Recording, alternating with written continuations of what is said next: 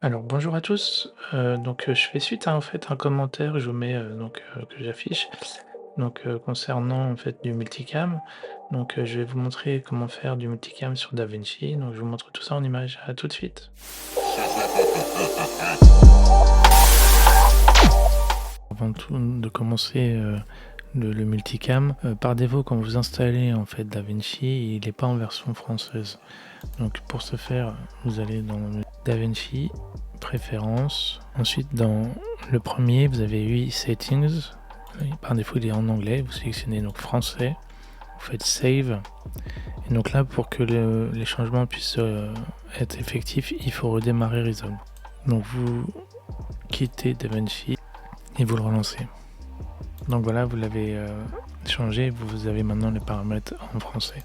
Donc c'est un petit aparté, mais c'est bien de le faire parce que déjà il n'est pas évident. Donc si vous ne l'avez pas en français, dans la sélection Cut, il faut que vous alliez dans la section Montage. Ensuite, donc, vous faites un clic droit sur les deux clips et vous faites créer un nouveau plan multicam avec les plans sélectionnés.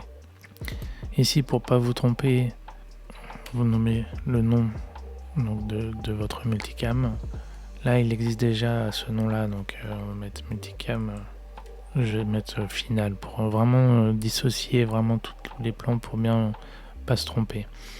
Ensuite, on laisse synchronisation des angles. Vous pouvez mettre son. Ensuite, vous laissez par défaut ou si vous avez des choses à modifier, vous pouvez le faire ici. Et ensuite, vous faites créer.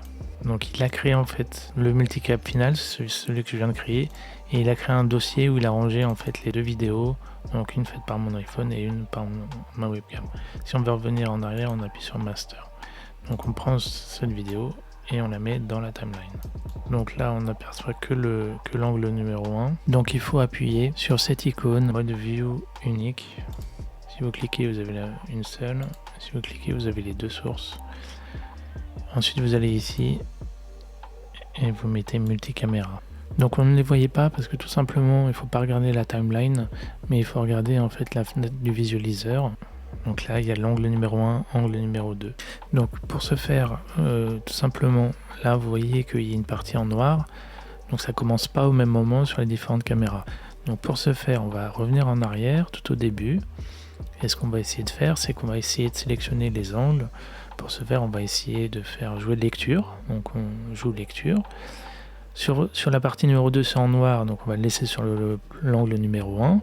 Dès qu'on verra une image sur l'angle numéro 2, on pourra basculer. Là, il y a une image, on bascule sur la caméra numéro 2, on peut revenir sur le numéro 1, sur le numéro 2, etc., etc. Vous pouvez choisir, basculer, choisir les différents angles, tout simplement. Voilà, c'est un peu une régie, donc vous en faites ce que vous voulez. Et si vous voulez modifier les angles, vous faites un clic droit et vous faites changer l'angle de la caméra. Et là, vous avez les deux angles.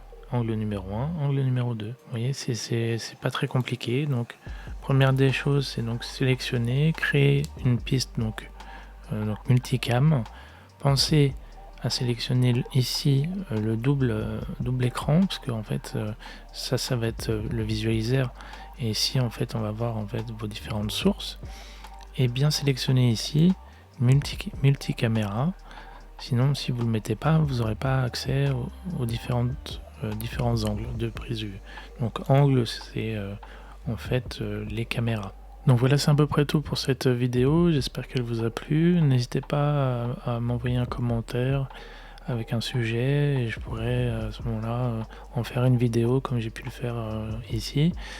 Et donc n'hésitez pas à vous abonner, ça permet de soutenir la chaîne et je vous dis à très bientôt.